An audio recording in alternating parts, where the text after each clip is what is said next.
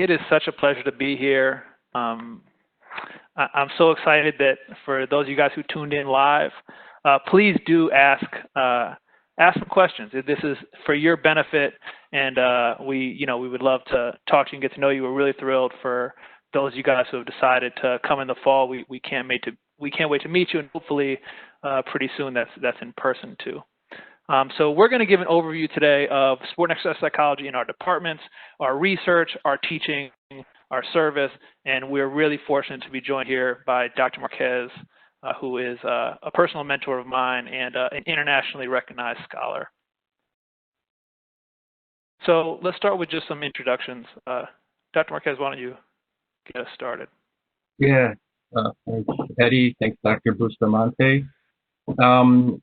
I really appreciate the opportunity to be here with you.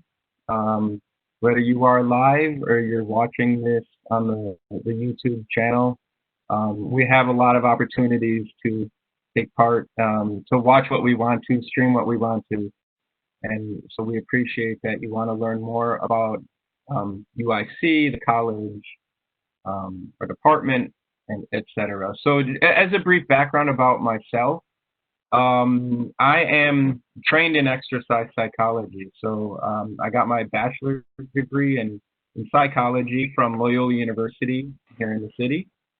And then I went to University of Illinois at Urbana-Champaign for my master's and my PhD. And the focus really there was on exercise psychology with some sports psychology training as well. It's always been one of the top kinesiology programs in the country. And so, like Dr. Bustamante, we have been trained in this area, and so we feel we're quite qualified to teach these courses. On a personal level, I'm from the city, so I'm from the Portage Park neighborhood. I have found that I'm very fortunate in that I'm one of the few tenure system or like research faculty who are able to be a university professor in a place where they're from. So I'm from the north side. I'm a big time Cubs fan, Bulls fan, Bears fan, bandwagon, Blackhawks fan, that kind of thing. So I appreciate where most of you are coming from. I put this slide in. I know you're humble. I thought maybe you wouldn't brag, but I figured I'd brag for you, so I put in some of your accomplishments here. I see that, yeah. So Dr. Bustamante is good like this. So, I've been quite fortunate in my career to have phenomenal mentors and peers and colleagues who have helped push me along the way in my career. And so I appreciate this kind of thing. I'm saying in all honesty that I hope that the work that I do as an instructor of courses, as a mentor or advisor, as a researcher, is that it really makes an impact in individual people's lives. And so we need funding, we need research funding to do those things. So I've been fortunate to have great teams along the way, funders, societies, Society of Behavioral Medicine, American College of Sports Medicine, where I just finished a term on the board of trustees. So it's great positions to have these national. It's good for you as a student, it's good for me, it's good for our faculty, it's good for our department, really to get this exposure and so that people know who UIC is. Once I had somebody tell me that they think UIC is really up and coming, and I took that as a backhanded compliment, and I said, thanks, but I'd like to think you've already arrived.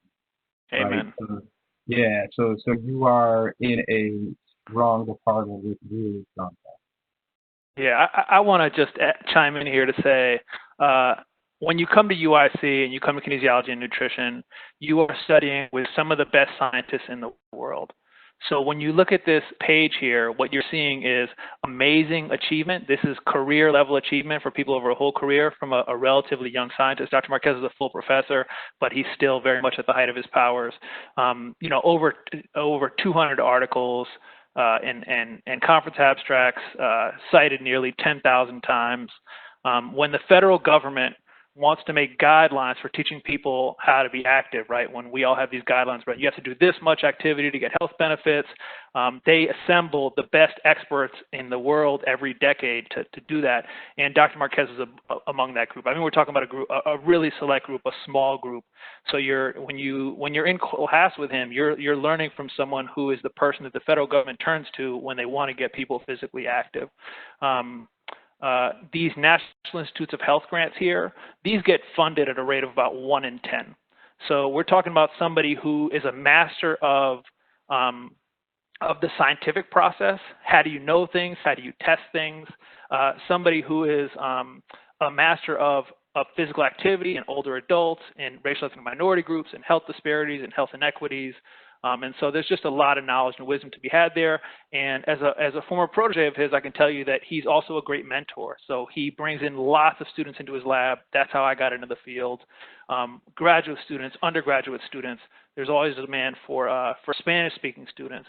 And so we have, I mean, looking back at the alumni who have gone through Dr. Marquez's lab, you have people in every profession. You have medical doctors and PTs and OTs and other scientists and really an amazing legacy and family tree in science. So a little bit about myself. You can call me Dr. Bustamante. My parents are from Cuba. They came over when they were kids, when Castro took over. And my father was a psychologist, and so he got a job here in Massachusetts. And so I'm probably like the only Cuban you'll ever meet that was raised in Western Massachusetts. So it was beautiful. It looked like this. I don't know if you guys can see my cursor, but I'm circling this beautiful picture of fall foliage. It looked like that all the time. It was a great college town. And actually, Dr. Marquez was there, and at the time, there wasn't online course or anything. You had a big packet like this thick. And I'm flipping through the packet. I'm looking for kinesiology courses, and I see the last name Marquez. And I had never seen a Latino professor before in my field. And so I run right over to the room, and his door is open, and he's just sitting at his desk. And so I just start chatting him up. And the next thing you know, I'm doing an internship, and I'm working on a study, and I'm in the lab, and then going to grad school. And actually, when he left Massachusetts to come back to Chicago to come home, I came with him. And so that's how I got here. So I did my PhD at UIC. So I'm talking to you as somebody who's been through UIC as a student. I left to Georgia. That's that third point here where they play the masters. I went there for my postdoc. A postdoc is after you've been in school for 10 years. They say, you're not ready yet. You have to do a 2-year apprenticeship. So I went to Georgia to do my apprenticeship, and then I managed to come back as faculty. But so UIC is really near and dear to my heart. I've been there for in different capacities for a long time, and I've really thrived there and done well. As a researcher, I'm on my way. These numbers are small, but I'm an assistant professor, and I'm proud. I earned every one of those articles and abstracts, and every grant that I've gotten funded, I've had 10 rejected, and so. Just putting in the work, going through the grind to make myself a successful scientist. If I can add in, Dr. Bustamante, yeah. So you really can't compare people at different levels of their career, right? But if you compared him to me at this point, he's ahead of where I was, right?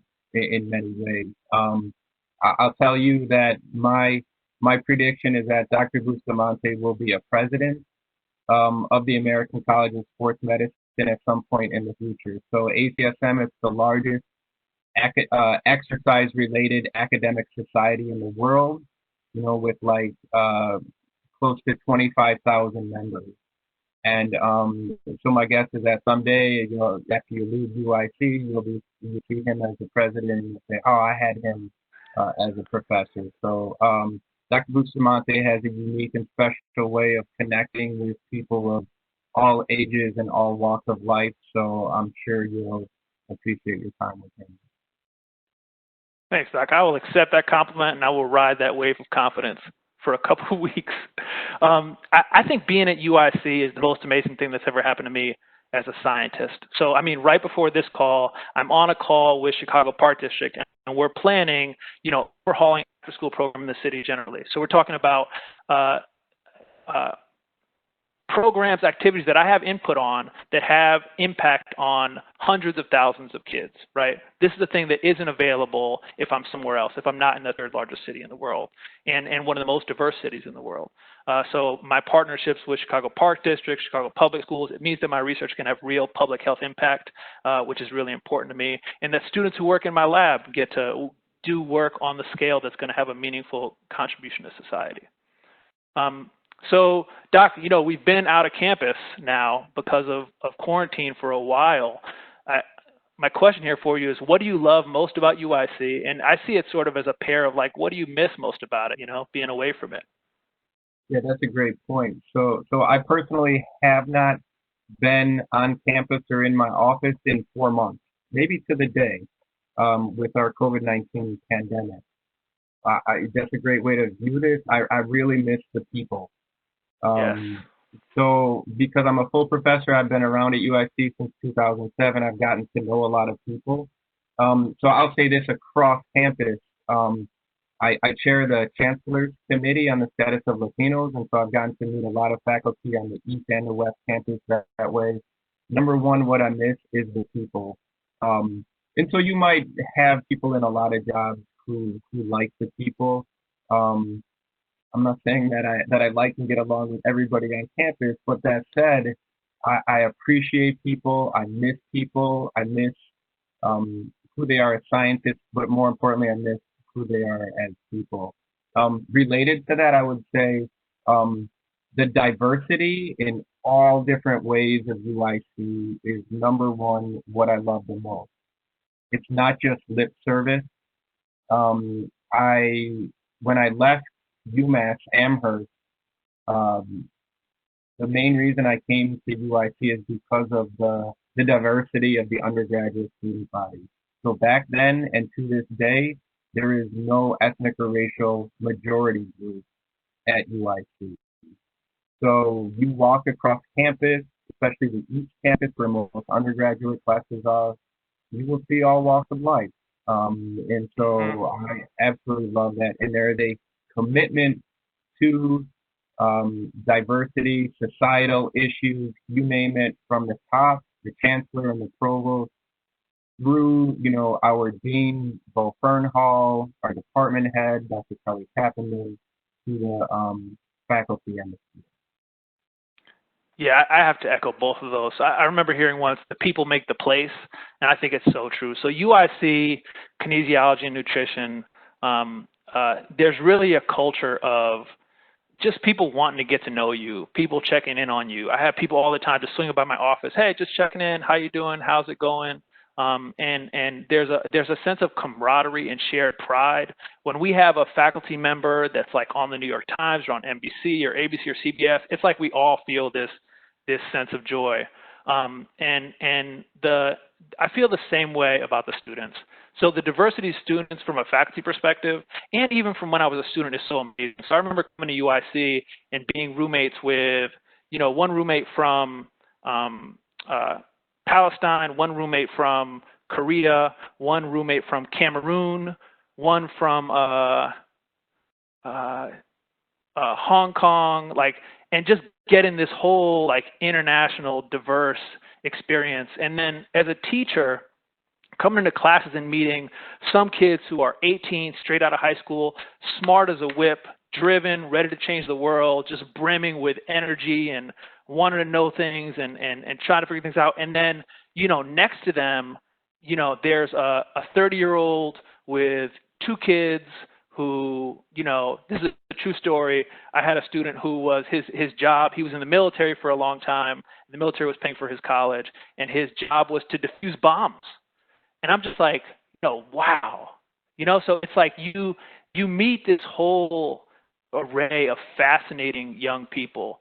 There's just so much like energy and camaraderie and activities and all the basketball leagues and all the sports. And I miss the gyms. I had a swimming pool and a basketball court like 50 yards from my desk. And I would go every day and shoot some hoops and take a swim. And that was part of how I got exercise. I miss my gym. You know, I miss the students. Things virtual are good, but it's not quite the same. I also have to say about UIC, we're in the city. Yeah, so a college town can build up its college to be really nice, but it's not going to make the city of Chicago, right?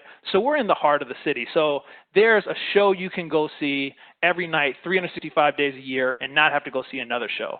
I have membership to the Field Museum. I have a 16-year-old, a 4-year-old, and a 6-year-old. I have 3 kids. But my little ones, I take them to the Field Museum all the time. They call it the Dinosaur Museum. They love it. It's like you could run there from the campus, honestly. Like if you're a good jogger, you'd be there in 20 minutes. And so it has like the biggest dinosaur skeletons in the world. There's all this amazing culture and food and activities and sports. Anyone who visits, I have my bull strap watch here. I don't know if you guys can see that. I take them to go see the Jordan statue. The Jordan statue is like 3 blocks from our building. So I love the city of Chicago, and I love that we're just in the middle of it. I'll just add to that about what I love about UIC campus, where it's situated, which is what Dr. Bustamante is saying. When I interviewed for the position at UIC, I was talking to somebody who was a current faculty member at the time, and he said, "Oh, wow, you know, Amherst, it's really beautiful there." And I said, "It is beautiful, but it's not this." And I pointed out the window because like just the where you can be at such a great university in one of the biggest, best cities in the country, some would say the world, and that's where you get to live and or spend a lot of your time. It's unequaled in many ways. Yeah. What do you love most about the college, Doc? Yeah, so you'll probably hear some overlap with some of these things that we're talking about, and next we'll talk about the department. Um, uh, Within our college, right, we cover health, College of Applied Health Sciences, and it really is. So we have our specialties, we have overlap in what we do, and I have friends and research colleagues in, I think, every one of our colleges. Yep. So we collaborate really well. The Department of Occupational Therapy, their department head is Dr. Suarez Baltazar. She was one of my professors when I was in college at Loyola University, right? So like we go way back. And physical therapy, I collaborate with people there. Disability and human development. We have biovisual, Beavis and Beavis. So health informatics and biovisual. And so we really cover health, and I love it. The faculty are very cool, collaborative. Um, so that's what I love about the college. Yeah, so these are all, you will take classes with people in different departments, with faculty from different departments. We'll co-teach classes with people from other departments, but some of the other disciplines are amazing. So what unites us is that everyone is working on applying science to promote health, and I don't think that there's a better way that you can spend your life than promoting people's health, and science is our most powerful tool. So we're talking about physical therapy, occupational therapy, disability studies, mobile health, health informatics, which is sort of like visual presentation of health promoting information. How do you get people to internalize the message? There's studies on social media, disinformation around health. It's just an amazing array of wisdom and scientific knowledge. Doc, how about the department? What do you love? What do you love most about the kinesiology and nutrition department? I would say, not to be too repetitive, the science and the people, not necessarily in that order. Dr. Bustamante, you commented that the faculty are world class, so you can feel confident that what you're learning is strong science, right, across the board in kinesiology and nutrition. I really appreciate that. And it's the people, like the faculty, you might only see them individually as they teach, but you can know that we get along, that we like working together, we like seeing each other. We appreciate each other. I respect my colleagues to the nth degree, and it's because they're so strong in what they do. And then this is where I was going to bring up the students. We have such intelligent, hardworking students. We tend to be different than like the state college universities where, you know, people might have enough money to send their kids to college and they don't even have to have a part-time job. You know, we have so many with part-time jobs, even full-time jobs, still coming to school full-time. The commitment, the desire to learn is just incredible. It's heartwarming in many ways, and it's motivating because if students are putting in this much time and effort, um, I can't let them down. I have to if I Mm, feel like resting, relaxing, not being my best, then I'm reminded I can't do that. Right? yeah. I need to push. Yeah, I love that it's a world of exercisers and people who love food, and we're all together, we're all like, we all, love nutrition, love health, love exercise, and we all look at it from different angles, but you'll take a class where it's looking at biomechanics and like when you do a certain movement, what's the force on the ankle, and you'll go from there to what's going on with your heart. With our stuff, you'll be going on with what's going on with your brain, what's going on with you psychologically, behaviorally, motor control. How is your brain sending signals to move your arm, and how can you optimize that? And so really diverse, but all focused around exercise and health and nutrition. We have on our floor, actually, we have a big kitchen. So it's a big kitchen where students come in and we have class in our department where people are cooking and they're learning about the biochemistry of food, right? So cooking things in different ways and talking about biochemically what's happening and how that's influencing the body and the body's health.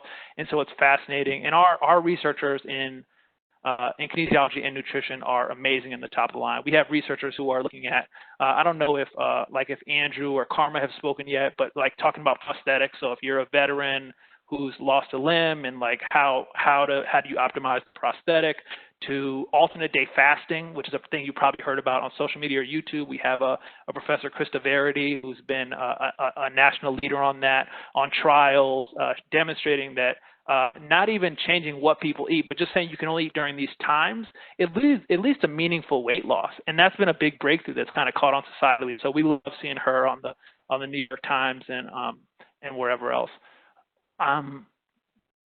Yeah, I think I'll leave it there. It's just been, for me, it's my home away from home, and I think for you, it will be also. One And yeah, one additional thing, and I don't know, Whitney, you can let us know how we're doing time wise, but so this um Dr. Bustamante and I can talk forever about this stuff because we care and we enjoy it, right? So I've been known to tell my kids a lot that they know I don't just say things um necessarily to make somebody feel good or to I will give compliments and encouragement and that kind of thing, but for better or for worse, I don't typically do that. So like I'm not making this stuff up. Like I feel this stuff in my heart. So what you're hearing from us is our passion for like fill in the blank, our department, our college, our university, and our research institute. yeah, and we haven't even gotten to the sport and exercise psychology. Like, Right. we have a lot of feeling of ownership over the department and feeling proud about the thing that we're attaching ourselves to. So, Doc, let me take a shot at this first Yeah. and then just jump in. So our kinesiology majors pursue a whole range of careers. There's a lot of physical therapy, occupational therapy, medicine, science. So we want you to leave with one sort of a personal discipline, right? Understanding how to manage yourself and your time and your priorities and be strategic and just accomplish things generally in life, right? That's like a personal skill set that you have to develop. With each phase, there's a saying that what got you here won't get you there. And so in each phase of life, you have new challenges, and those new challenges you have to adapt, right? You have to make a new strategy in a sport way. If you're playing a game and you're losing, you have to adapt, and the next opponent brings on a new challenge. And so life is like, we want you to leave with that personal skill set. I think second is we want you to have a really strong understanding of science, of the scientific process, any sort of natural science career. We want you to be prepared for that. So a lot of our prereqs are pretty science heavy, where you will be learning biology, physiology, chemistry. A lot of kinesiology is the application of other fields to health, exercise, physical activity, et cetera. And so even like exercise and sports psychology, it's sort of the application of psychology to the physical activity world. And so we have all these different science careers that people go into. And so a lot of it is being a feeder into graduate programs where if you want to go to medical school, our students will meet all the prereqs to go to medical school. So if you're acing all our courses, you're in good shape. And then there are the folks who are looking for specific careers in fitness and in health. So strength and conditioning, anything around health and fitness, that could be administration, personal training, corporate wellness, anything around that health promotion world. I think that about spans it. Doc, did I miss anything? What do you think? Yeah, no, I think it's good. And this is, overall kinesiology. I will say for sport and especially exercise psychology, right? It's all behavioral. And so the things that you'll learn in our courses can be useful across every one of these bullet points as a core or base of what you're doing in those. And this is not an exhaustive list, right? You will find that these things are helpful in your everyday life or in you go into a job in business. These behavioral strategies, theories, we think and hope will be useful. Yeah, absolutely. I mean, part of our argument of our subfield of sport and exercise psychology is that exercise and physical activity, they're behaviors, right?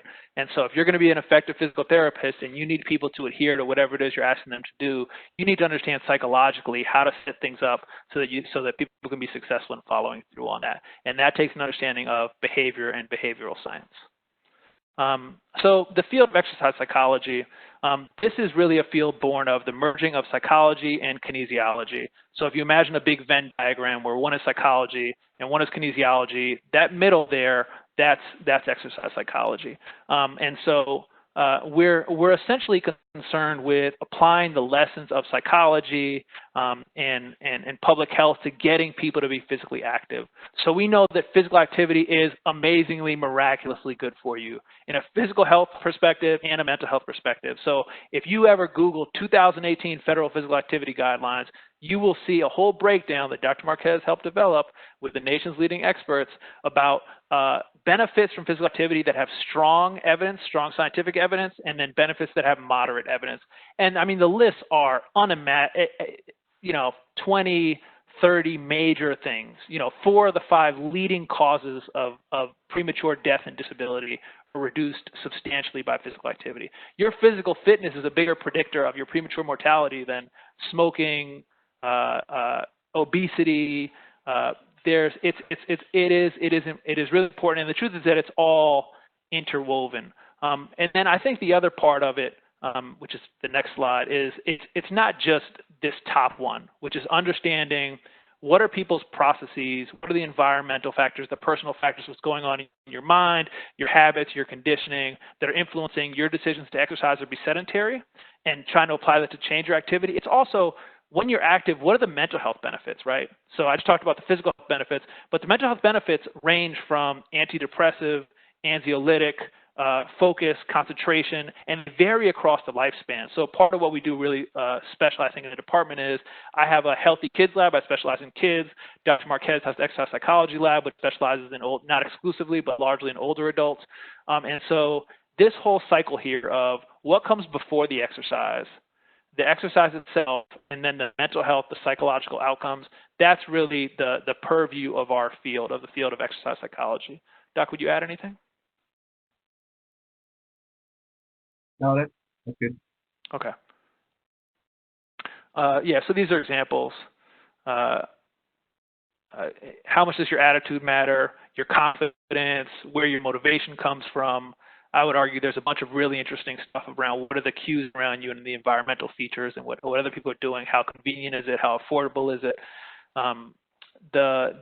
The consequences piece is like, if a kid is playing sports, are they going to have better self-esteem, right? Part of the reason I think if any of us have been like coaches for kids, what you want for those kids is that they have good morals, good ethics, they learn work ethic, discipline, they learn to take responsibility and how to grow, how to master things.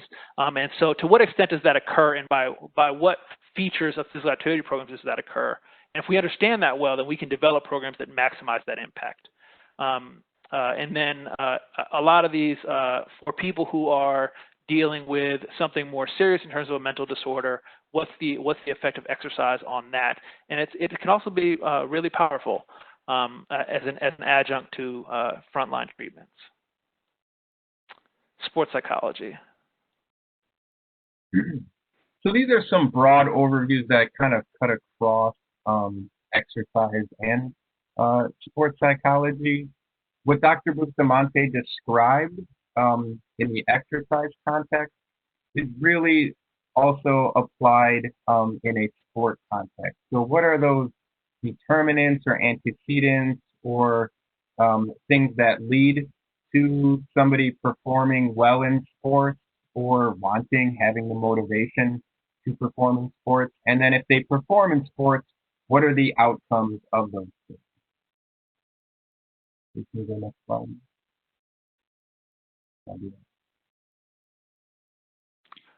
I flipped it. Do you see it? Yes. Okay. Got it. Right. So as you can see, Dr. Bustamante was talking about a exercise, physical activity setting or scenarios. Sports psychology is more related to sports. So, a basketball player, they're on the line.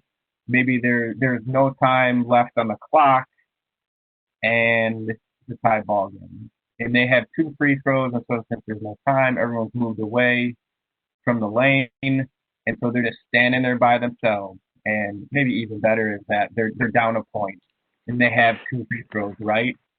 So what's going on with that person, and what's going on in their head, and how does that affect their ability to successfully hit the game-winning free throw? Yeah, right? Can I jump in really quick here? So Dr. Marquez and I are both big sports fans.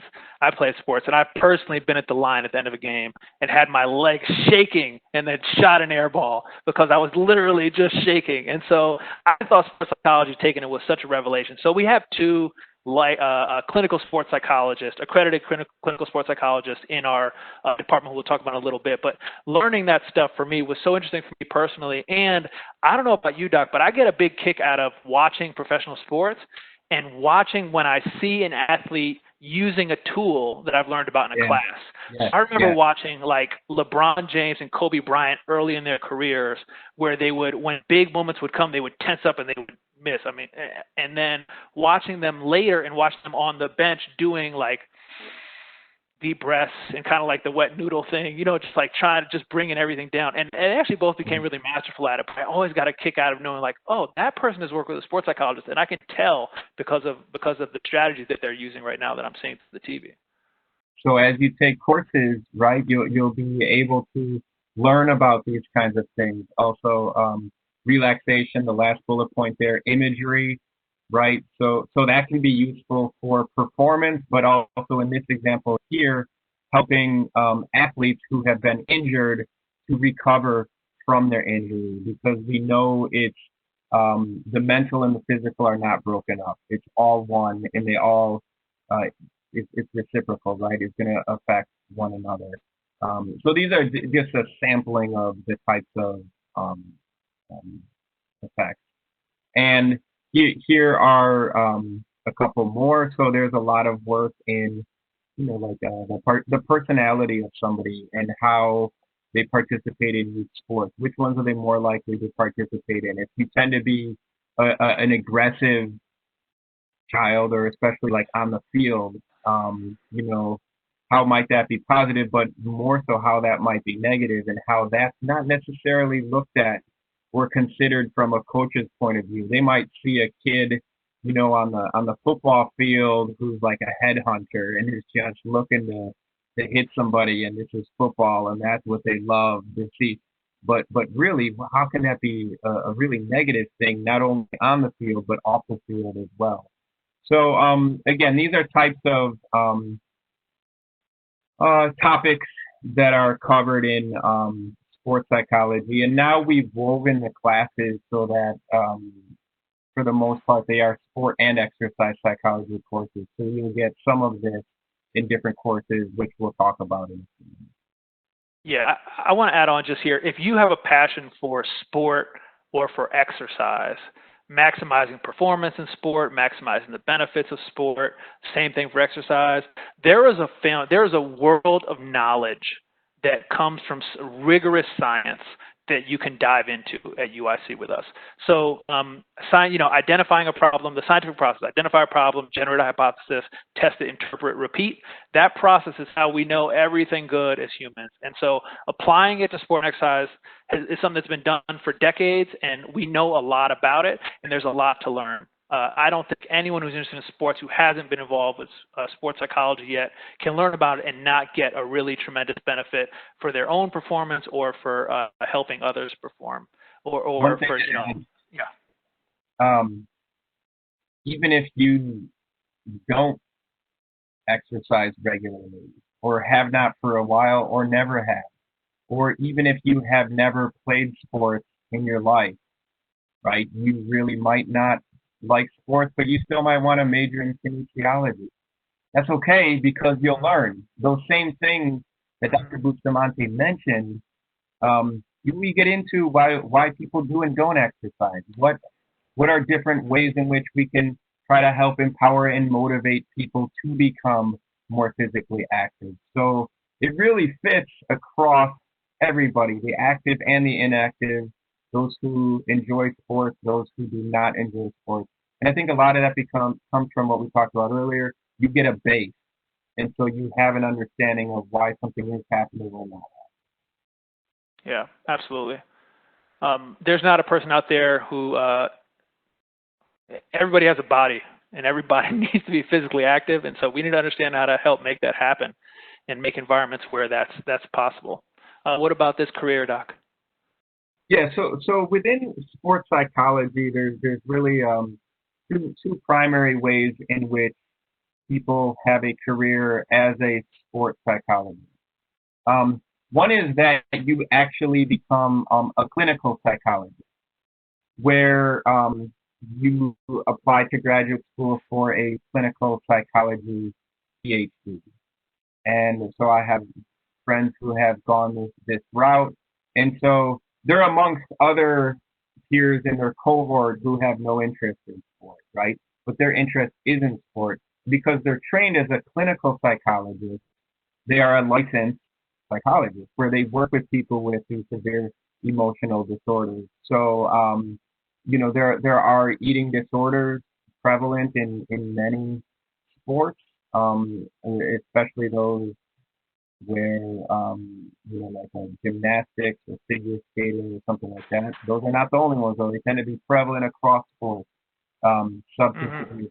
So they're trained as a clinical psychologist, and they can really get at these issues that aren't necessarily sport related, but they're underlying everything the person does and is, including their sport performance. And then what about from an educational?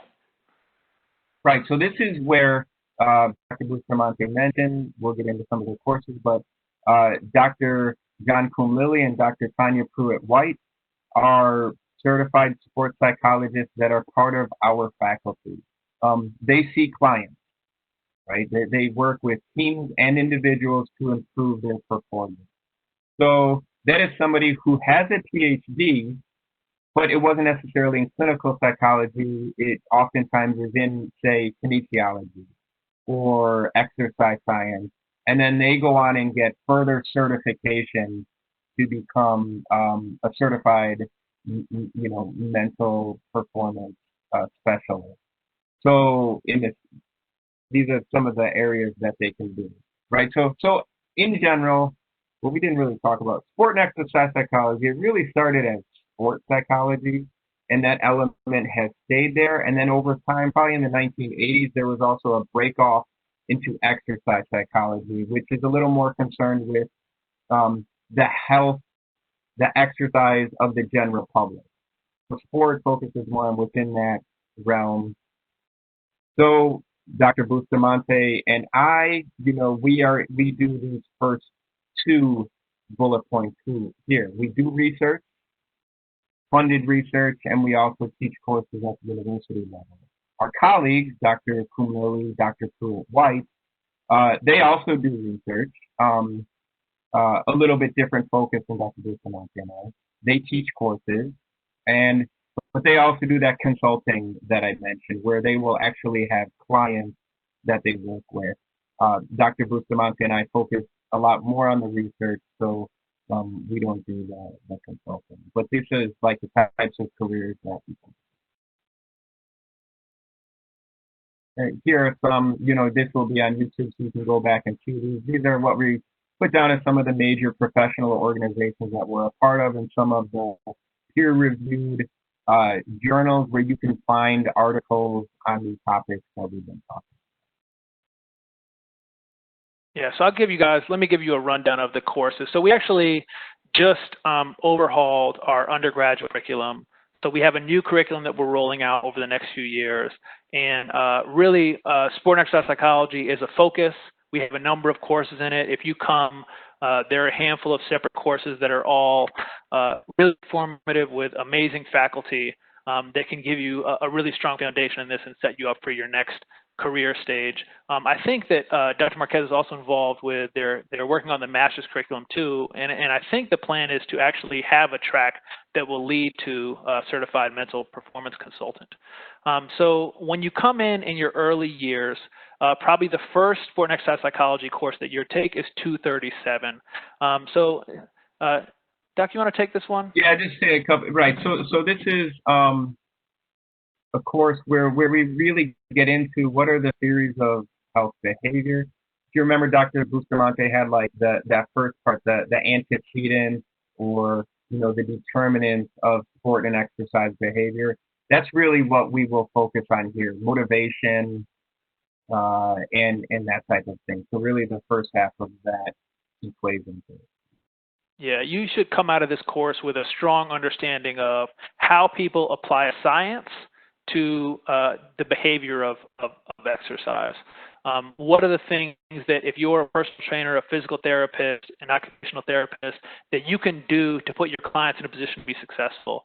If you want to get into like sort of like dipping your toe in the water about, if you want to change somebody's behavior, how do you go about doing it?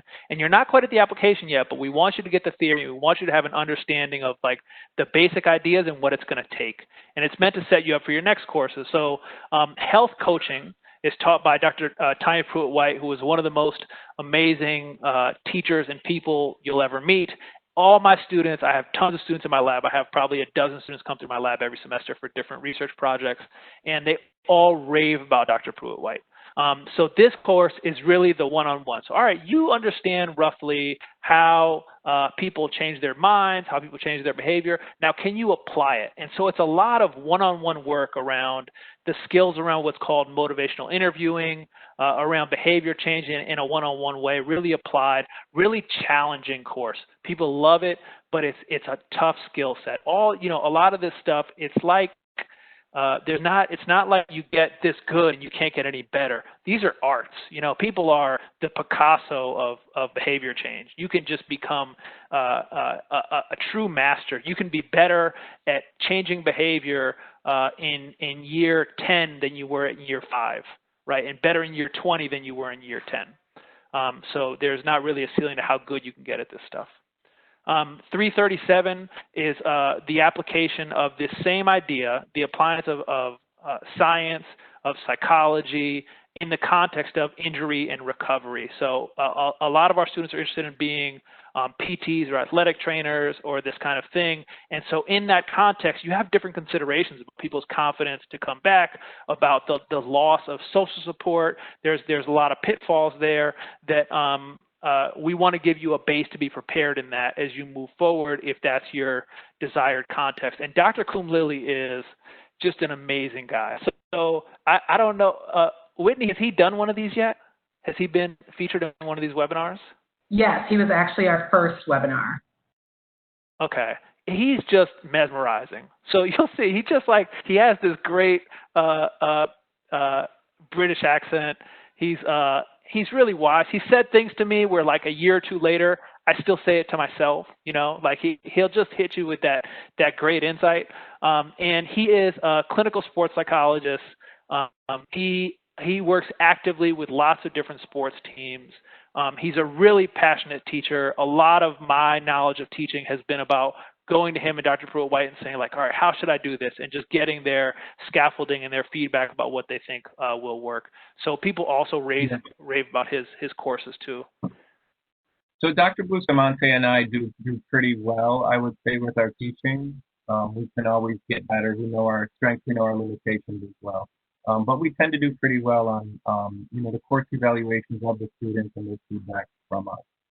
I don't know about you, Dr. Bustamante, but Dr. Kumili and Dr. Pruitt-White are so good at teaching our content that, you can get a bit of inferiority complex that I know not to compare myself to those two because it would just not be good for my mental health. So, but I can flip that and say, okay, what can I learn from them? Right? They're so good at what they do. What can I learn from them? And that's what Dr. Bustamante mentioned. And so, the four of us are tight with what we do and trying to learn from each other. So, we're really fortunate to have them as faculty in our department. They're like teaching ninjas. You go in there and you're just like, I just want the credit. I just need this a required course. I'll just take it. Next thing you know, you've come out and you have a whole new perspective on life, and you're a transformed person. Yeah, they're really great. 394. This is actually a new class. So I've been teaching an advanced PhD class on intervention design and evaluation. So the application of science at changing behavior from a practitioner perspective and a science perspective, specific to exercise and nutrition. And so we are going to have undergrads in the course for the first time. And so there's sort of designing a program and then evaluating it. And undergrads are going to be with advanced PhD students at the same time. It's a really fun course. There's no lecture. There's no slides. It's discussion-based. It's challenge-based. Like we start the course with a challenge. So I started with a thought experiment. In the thought experiment, you have died. You come back 100 years later as an angel, and what you see is that there's no more obesity epidemic. It's gone. The year's 2120, and everyone is looking very fit, and you're like, oh my gosh, how did this happen? And you have to tell me how it happened. And so you can't wiggle out of it. You can't be like, no, it's not possible, which is what we do with most things. You have to kind of figure it out. And so we do fun stuff like that. It's a really fun course. I'm passionate about it. I love it. It's gotten great on the evals. It is a special topics course, though, so it's not, this rubric is special topics. So that's my current one. In a few years, it might be a different one. I'm thinking about doing one about kids and physical activity in the future. So these are special topics. These are not fixed with the curriculum. And then 438 is advanced sport and exercise psychology. So it's the continuation of 237. We add a lab component. It's really focused on the science around what does physical activity do for mental health. Anxiety, depression, ADHD. I've had ADHD my whole life. My research is around ADHD, we look at like what's going on with brain development, what's going on with cognition, what's going on with self-esteem, with self-perception, body image, all that kind of thing. We have a lab component, so it's half the time we're talking and then half the time we're doing, and so it's a course we're really looking forward to. And then we have mental health and athletics, which is, so Dr. Kumlili is a sports psychologist.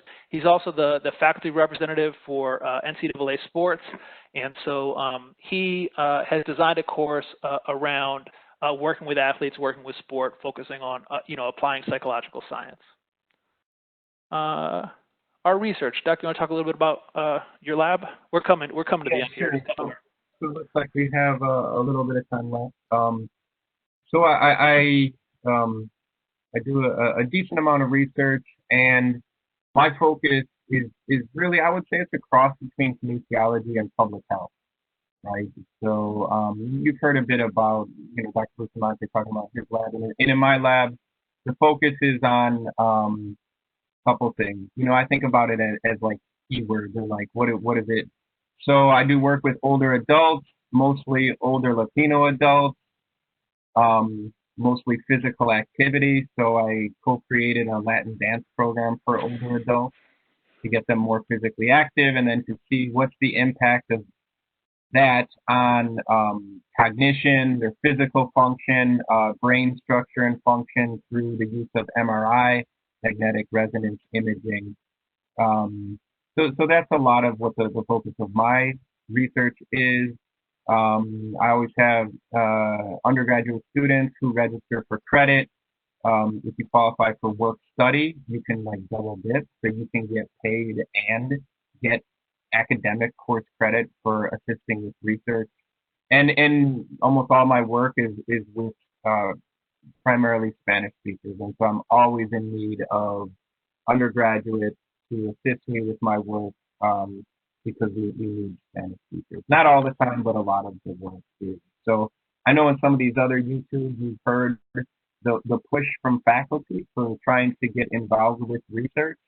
And you'll hear from us as well. It's a great opportunity to do that. And so you just have to reach out to those faculty whose work you're most interested in, most passionate about, and see if you can assist. Yeah, both of our labs have a lot of opportunities for students to participate. And I have to say, you know, for the students who've come through my lab have kind of gotten into the careers they want and been successful in them. The letter that I'm able to write a student who's been in my lab for a year or 2 years, who I'm relying on day in and day out to deliver on a program or a project, the letter of support that student I can write is so much different than the letter of support than the student who came to my class and got an A, you know, and their understanding of science is way different. They're in the trenches, they're out in the communities doing it. So my work is a mix of, we have some epidemiological work where we're looking at nationwide data sets, looking at relations between physical activity, nutrition, sleep, screen time, kids' brain development and cognition, and then some community-based intervention work. So this is largely work with Chicago Public Schools, Chicago Park District, Urban Initiatives, who's a big sports-based youth development provider. So all our stuff is partnered in a way to maximize impact and to ensure that whatever we come up with can kind of live on within that system. So I'm on calls and activities with these partners every week. It's really the fulfillment of a dream for me, and I love our work. We're doing some work now where we know that for kids with ADHD or other behavioral disorders, especially if you're a minority kid, if you're a kid in poverty, your likelihood of getting any services is really low. We also know that physical activity, nutrition, and sleep are critical for brain development and critical for kids' daily functioning and behavior. And so we're working on a program that's trying to see, how can we empower families to take on the healthiest routines to optimize their kids' brain development. And we're working on that with Chicago Public Schools and Urban Initiatives. And with Chicago Park District, we're working on some programs for at-risk teens across the city where they're put in positions of responsibility, and then they kind of gain skills through physical activity around problem solving, effective communication, emotion regulation that will prepare them for jobs later. So it's kind of instilling early job skills through physical activity. So those are ongoing projects where students are the staff. So if you're a student at UIC and you apply to work in my lab and you get the position, you would be working with families, working with teens, trying to change behavior and looking at outcomes, looking at the influence on mental health. That's what we got.